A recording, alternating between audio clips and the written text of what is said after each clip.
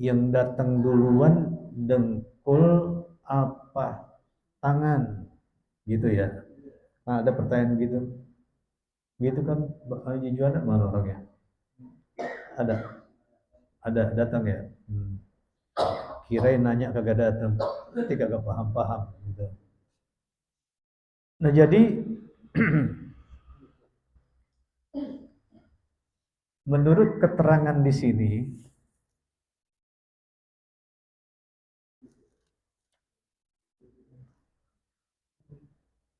wawat uruk bataihi, hendaknya kalau kita nih udah habis iktidal kemudian mau sujud, letakkanlah kalau bisa afdolnya itu kedua lututnya. Kalau kita bilangnya kan dengkul, lututnya dulu kalau bisa. Terus terang saja, saya ketika mengalami sakit jantung di mana kaki pada bengkak, hadirin juga mungkin tahu waktu saya sakit, itu kaki udah nggak bisa ditepuk, ternyata mau dahului lutut, meletakkan lutut, ini nggak bisa, kebanting. Dan itu sakitnya luar biasa kalau kita paksa.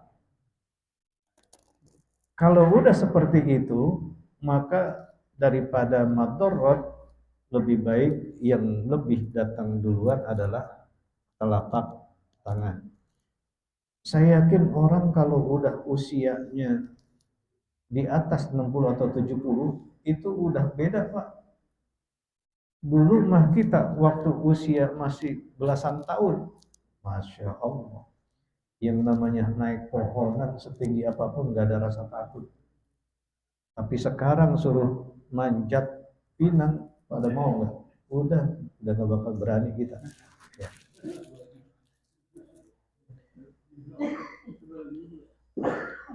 Nah, kemudian saya baca di dalam kitab Fiqhus Sunnah karangan Said Sabiq, itu ternyata dia membolehkan bahwa ketika mau sujud yang datang duluan itu adalah kedua tangan, telapak tangan, baru kedua lutut. Setelah saya baca itu, oh iya, ini yang disebut bahwa ikhtilafu ummati rahmatun. Di satu saat kita pengen maksain diri bersupaya lutut yang duluan datang untuk mau sujud, tapi karena kemampuan enggak memungkinkan, boleh kedua telapak. Apalagi sebelum saya jelasin ini, 2 hari yang lalu saya ini habis ngajar di pinggang kecentit. Begitu mau ruku sakitnya, naudzubillah. Siapa yang pernah ngerasain sakit pinggang? Itu ketika mau wudhu juga tersiksanya luar biasa, hadirin. Di saat seperti itu, tanya Pak Ji Jainal dah, istri itu udah gak nikmat. Benar. Iya. Kagak tahu. Iya. Lah kita ngulet aja juga susah, Pak. Bener. Saya rasakan begitu mau bangun kedengkrengan, atau kedengkrengan enggak? Iya, susah payahnya kayak apa gitu kan. Nah, jadi kita kembali lagi ke pertanyaan tadi, Pak Haji Juanda itu, kalau yang bisa, ini anak-anak karena normal, dia pasti menghadirkan lutut lebih dahulu, itu bisa. Atau mungkin ada bapak-bapak yang walaupun udah tua tapi emang nggak masalah, bisa mendatangkan lutut dulu baru kedua tangan. Ada nggak, Pak? Nih selain Pak RT, kalau Pak RT jangan dipaksa. Karena Pak RT juga kondisinya udah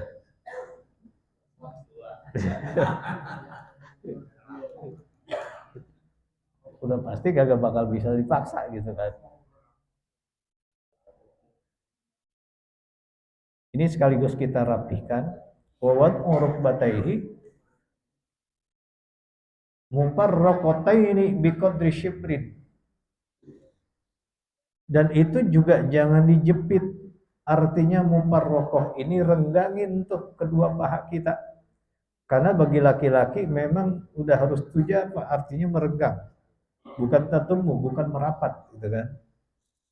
Biqadri shibrin, sekedar satu jengkal. Ketika kita mau sujud, ya. Jadi lutut itu jaraknya ya satu jengkal. Bagaimana yang pahanya gede? Ya bisa lebih dia mah dari satu jengkal. Summa kaffaihi, kemudian baru kedua telapak tangannya maksyufataini hadwa mankibaihi, dalam keadaan begini nih di hadapan kedua pundaknya, hadwa mankibaihi nasyiran asabi'ahu, di mana telunjuk-telunjuk jari ini, jari-jarinya ini nasyiran, harus terbeber. Jadi nggak boleh sujud dalam keadaan tangan begini. Ama bangun dari sujud juga kagak boleh tangan begini. Nah kalau mau main tinju silahkan tangan harus begini. Bisa dipahami ya? Ya, ya karena dulu ceritanya ada orang sembahyang kalau tangannya begini sementara dia di atas kerikil ininya merasakan sakitnya luar biasa, akhirnya dia bisanya begini. Nah kalau ini banyak kerikilnya enggak? Kagak usah. Kagak usah begini. Dan kita ini emang ngapain sih pakai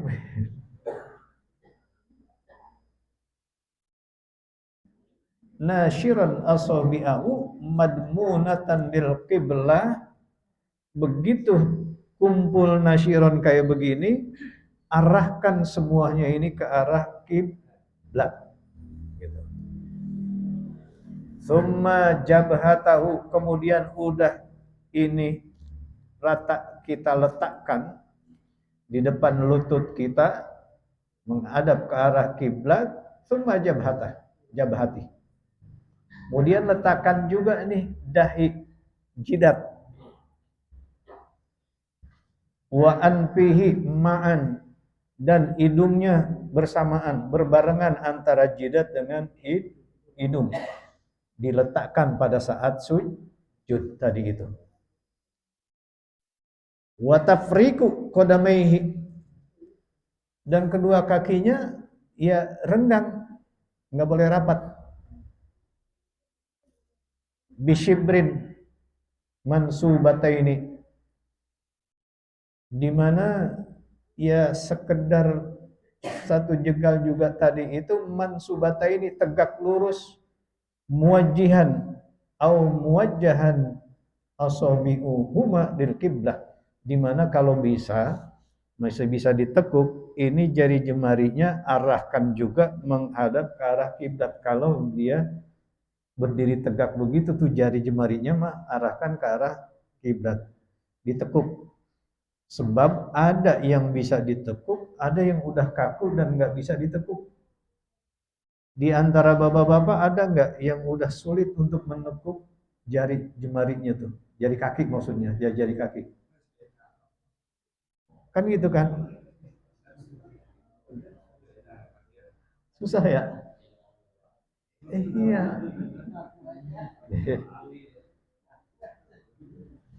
Dulu saya bisa, jadi setelahnya kaki ini pada bengkak, saya coba lagi kaku dan saya paksa sakit ternyata. Ya. Padahal dianjurkannya jadi begitu tuh, menghadap ke arah kiblat.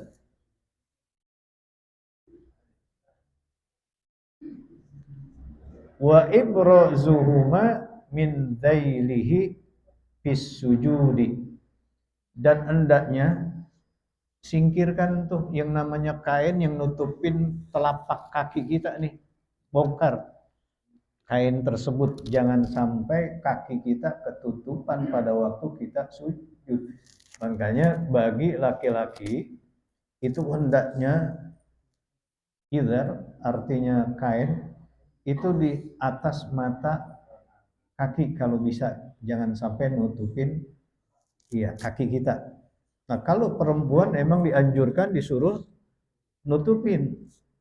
Karena memang semua tubuhnya wanita itu adalah aurat. Wa ayyakula fihi subhana rabbiyal a'la wa bihamdi talatan. Dan pada saat sujud bacalah subhana rabbiyal a'la wa bihamdi subhana rabbiyal a'la wa bihamdi subhana rabbiyal a'la wa bihamdi. Ini kalau dibaca 3 kali pasti ada tomak ninahnya. Tapi kalau dibaca cuma 1 kali hampir hilang tomak ninahnya. Padahal tomak ninah itu adalah rukun dalam sholat. Baik pada saat kita sujud, pada saat kita duduk antara 2 sujud, itu tomak ninah harus ada. Sama seperti kita ruku, ma'a tomak ninah. Wal iktidal ma'a tomak ninah. Kita ruku juga harus dengan tomak ninah, dan kita iktidal juga harus dengan tomak ninah. Disinilah rupanya bahwa sholat itu mengapa bisa menenangkan jiwa ini, lantaran kita bawanya asyik, enggak terburu-buru, baik itu sembahyang fardu ataupun sembahyang sunnah. Mengapa sembahyang tarawih terburu-buru? Kira-kira jawabannya apa, Pak? Maka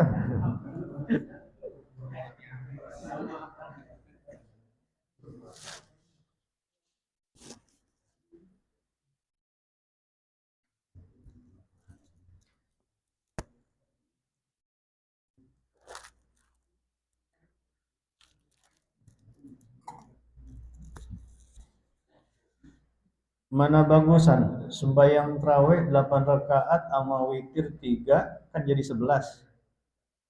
Itu lama ketimbang 21 atau 23, tapi itu setengah jam. Mana mendingan? Ayo.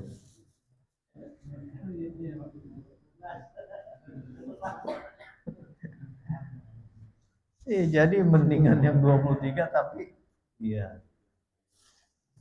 kita bawa semua. Baik. Kalau kita tidak tampakkan dengan praktek, ini kita sedikit agak kesulitan. Praktek ini adalah untuk menunjukkan bagaimana sih kita ingin melaksanakan sholat, tapi sholat yang benar-benar berkualitas. Di mana sholat yang kita lakukan ini udah berdasarkan tuntunan, ya, bukan sekedar ikut-ikutan. Ini bedanya orang yang ngaji sama orang yang nggak ngaji. Nah, pada saat mau turun seperti pertanyaan semula tadi, kalau bisa diupayakan kita turun itu kaki lutut duluan kalau bisa. Tapi saya nggak bisa maksain gitu. Sehingga sekarang ini saya sholat pun akhirnya yang saya dahulukan itu adalah kedua telapak tangan. Jangan sampai kalau saya jatuh nanti bisa nimbanin orang lain yang di samping kiri atau samping kanan. Ini yang perlu kita jaga. Nanti disangganya kita bercanda lagi. Padahal memang kondisi kita yang udah ya nggak memungkinkan untuk itu. Dari mulai berdiri kan kita udah diatur. Hendaknya ya kita berdiri ini antara pasangan kaki kita ini sejengkal jaraknya. Nah pada saat kita mau sujud pun begitu kita udah habis kunut nih. Misalnya ini dari sekaligus kita bahas soal kunut. Jadi kemarin kan kita udah bahas kunut. Ketika kita angkat kedua tangan, angkatlah tangan ini sejajar dengan bahu kita. Jangan berlebihan. Allahumma hdina biman hadait. Itu juga kurang bagus. Atau ada juga orang saking malasnya, Allahumma hdina biman hadait. Ditaruh di sini nih. Kan? Angkat tangan juga begitu hadirin. Jangan ada orang angkat tangan, saya pernah merhatiin juga. Allahu Akbar. Itu juga kurang bagus. Ya. Apa yang udah disarankan ini yang bakal kita pakai. Nah begitu kita satu jengkal ini mau turun, silahkan nggak apa-apa tangan duluan dan ini berhadapan. Dan ini harus diarahkan ke arah kiblat. Kemudian kedua, maksudnya ini antara, ini kan anggota sujud nih, jidat dengan hidung harus bareng sambil membaca subhana rabbiyal a'la wa bihamdi, subhana rabbiyal a'la wa bihamdi. Dan sekaligus dikasih tahu bahwa kedua lengan kita ini harus terbuka, tajapa. Kemudian juga ketek kita harus ya seperti tadi nih, ya. Bisa dipahami ya. Kemudian letakkan kedua telapak tangan kita begitu kita bangun dari sujud di atas ya lutut kita begini. Samain atau samaratakan seperti ini. Jadi jangan begini. Lalu jangan sampai ini dari sini diseret. Begitu tuh. Yang abdolnya sebetulnya diangkat. Begitu juga ketika mau sujud harus diangkat. Ada nggak bapak-bapak perhatiin mereka tuh habis sujud kemudian dia seret begitu tuh?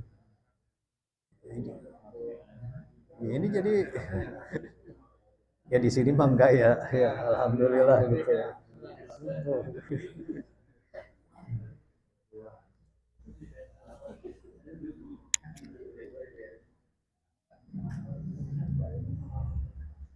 Saya udah bisa ciriin murid saya dimanapun berada itu kalau dia udah habis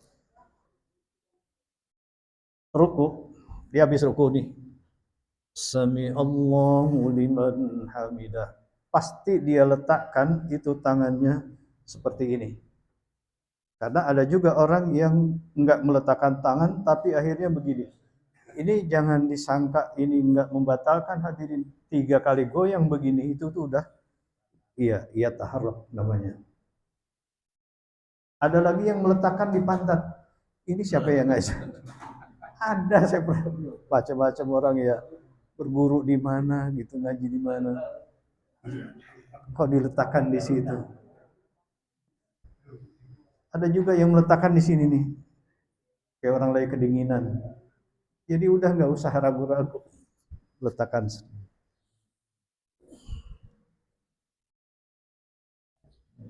Bisa dipahami ya. Wa mujabatu zakarin adudaihi an jambaihi wa batnihi. Nah di sini dijelaskan tadi apa yang udah saya praktekkan. Wa mujafat, maka renggangkan zakarin bagi laki-laki pada saat dia sujud, apanya yang direnggangkan? Kedua pergelangan tangan tadi itu harus renggang karena bagi wanita memang dia harusnya tadumu begini nih. Dia harus merapat kalau wanita. Anjambaihi dari kedua lambungnya tadi, wabatnihi dan juga perutnya. Tapi bagi kita bukannya kita dekatin, justru kita renggangin gitu bagi laki-laki. Anfahidaihi dari kedua pahanya. Jadi jangan sampai juga orang sujud itu seperti anjing menjulur. Ini juga nggak diperkenan karena dilarang oleh Nabi. Kita di dalam posisi sujud tadi apa yang sudah disampaikan, kalau ada sujud sampai kayak nah begini nih, itu dilarang. Hadisnya sahih. Jangan sampai sujud dalam posisi seperti anjing yang menjulur tadi itu. Jadi benar-benar harus renggang. Sebetulnya ini sudah kita ulang-ulang, ini cuma untuk memantapkan saja hadirin, karena ketika nanti kita sampaikan ilmu ini kepada anak cucu kita, apa yang kita sampaikan sudah sesuai dengan apa yang kita pelajari dan kita praktekkan.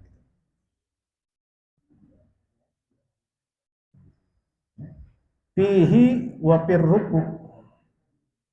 Begitu juga pada saat ruku. Hendaknya posisi kedua pergelangan ini bagi kita laki-laki harus renggang dari kedua paha kita, dari kedua lambung kita. Ya. Wa dhammu ghairihi, dan hendaknya dirapatkan bagi selain laki-laki. Artinya bagi perempuan, wa dhammu, dia harus rapat baik dalam posisi ruku maupun dalam posisi sujud. Wa ibtirashun fi julusin bainas sajdataini, dan duduknya yang sunnah itu adalah duduk iftirash. Di mana duduk iftirash itu telapak kaki kirinya didudukin oleh pantat kita, sementara kaki kanannya berdiri tegak sambil jarinya itu mengarah ke arah kiblat. Itu namanya duduk iftirash. Sama seperti duduk tasyahud awal. Itu yang disebut dengan duduk iftirash. Dan itu afdolnya seperti itu duduknya. Fi julusi baina sajadataini. Duduk antara dua sujud. Wa wad'u kaffaihi qariban fi rukbataihi nashiran asabi'ahu. Dan sunnah juga dia meletakkan kedua telapak tangannya ini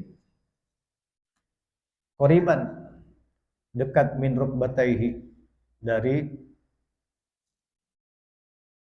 lututnya atau dengkulnya tadi ini, nashiran asabi'ahu, sambil jari jemarinya juga enggak dikepel, tetapi ya begini nih maksudnya nashiran.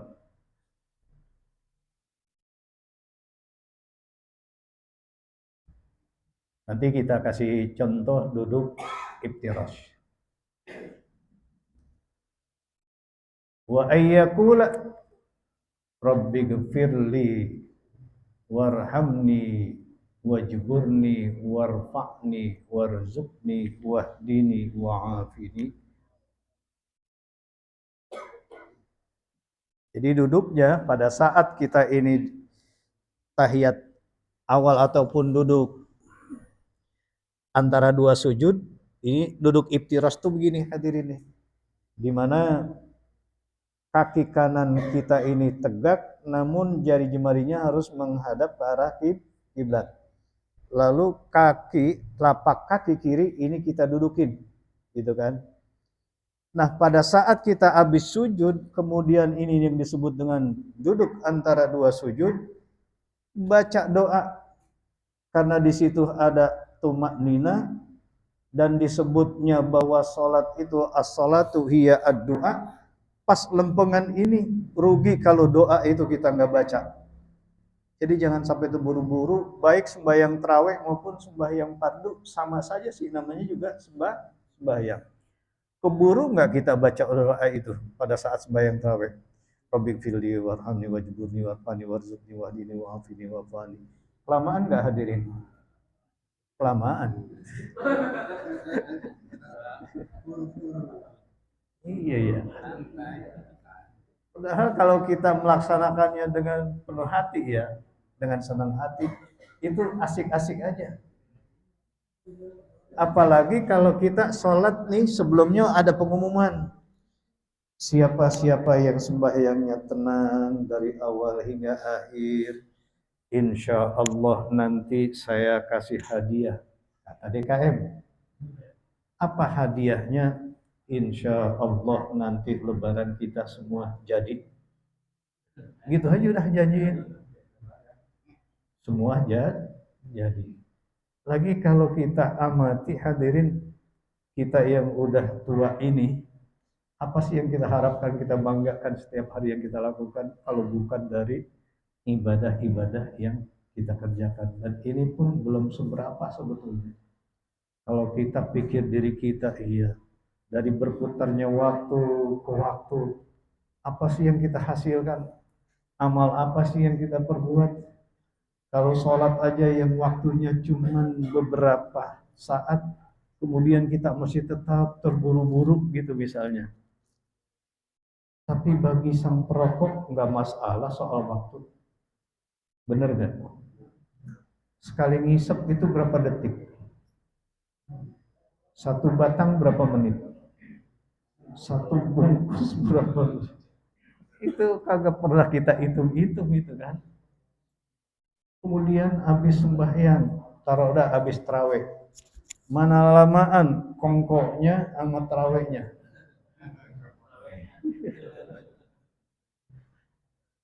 Gitu kan. Jadi ya marilah bersupaya waktu-waktu kita enggak terbuang percuma. Oh iya ya, benar-benar terisi. Sebelum dilanjutkan ada pertanyaan. Waalaikumsalam. Iya ya. Saya Pak, Pak, saya mau nanya saat ini kan saya ada kendala mengenai saraf leher ini. Memang kalau merem itu kan nggak sah ya, karena belum bujur, katanya orang belum bujur ya. Pas saat ini saya udah hampir dan saya merem karena ada masalah kalau saya melek, saya muter seperti itu giring, walaupun saya ke atas atau kurang. Jadi saat ini hampir saya saat itu saya merem. Dalam sholat. Dalam sholat. Iya iya iya. Saya masih terang kalau namanya saya melek, saya muter kayak orang itu giring. Jadi enaknya dibawa merem gitu ya. Iya iya. Iya iya iya. Iya, sah. Karena tuntutan sholat asal syarat rukunnya terbawa itu tidak masalah. Yang dipersoalkan itu mengapa kita harus melek, karena kita ini lagi sedang berhadapan yang maha segala-galanya, yakni Allah. Kita ngadepin orang aja kan nggak bisa sambil tidur, apalagi berhadapan dengan Allah. Itu kalau dalam kondisi normal. Nah sekarang kalau kita melek ternyata membuat kita madorot, bisa jadi keliengan, sempoyongan gitu ya. Enaknya kita dalam posisi dalam keadaan merem, ya lakukan. Yang penting hati kita tidak tidur, walaupun mata kita merem. Bisa ya, gitu. Ya nanti pelan-pelan kita latih lagi, kalau udah sembuh ya insya Allah bisa kembali lagi. Dan ada juga sih emang orang, saya kalau kagak merem rasanya kagak khusyuk, gitu kan. Apalagi ngelihat anak-anak bercanda, apalagi sembahyang Jumat saya kok kagak merem, masya Allah di depan saya itu gambarnya pada macam-macam tuh kaos. Ada orang sembahyang kan gitu ya. Makanya yang bagus memang kalau kita mau sembahyang ya baju begini nih, apalagi seragam kayak gini nih dipakai, ya kan? Enak banget, semangat kita. Kalau semuanya ya sembahyang pada pakai seragam. Dan ini nggak ada efek apa-apa.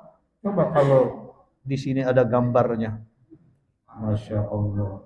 Itu udah ada tulisannya lagi, ada bacaannya lagi. Dan kadang-kadang itu dibaca anak-anak lagi. Itu yang membuat kagak khusyuk. Gitu ya Pak ya.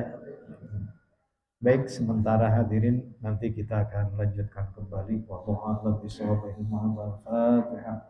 A'udzu billahi minasyaitonir rajim. Bismillahirrahmanirrahim. Alhamdulillahirabbil alamin. Iya.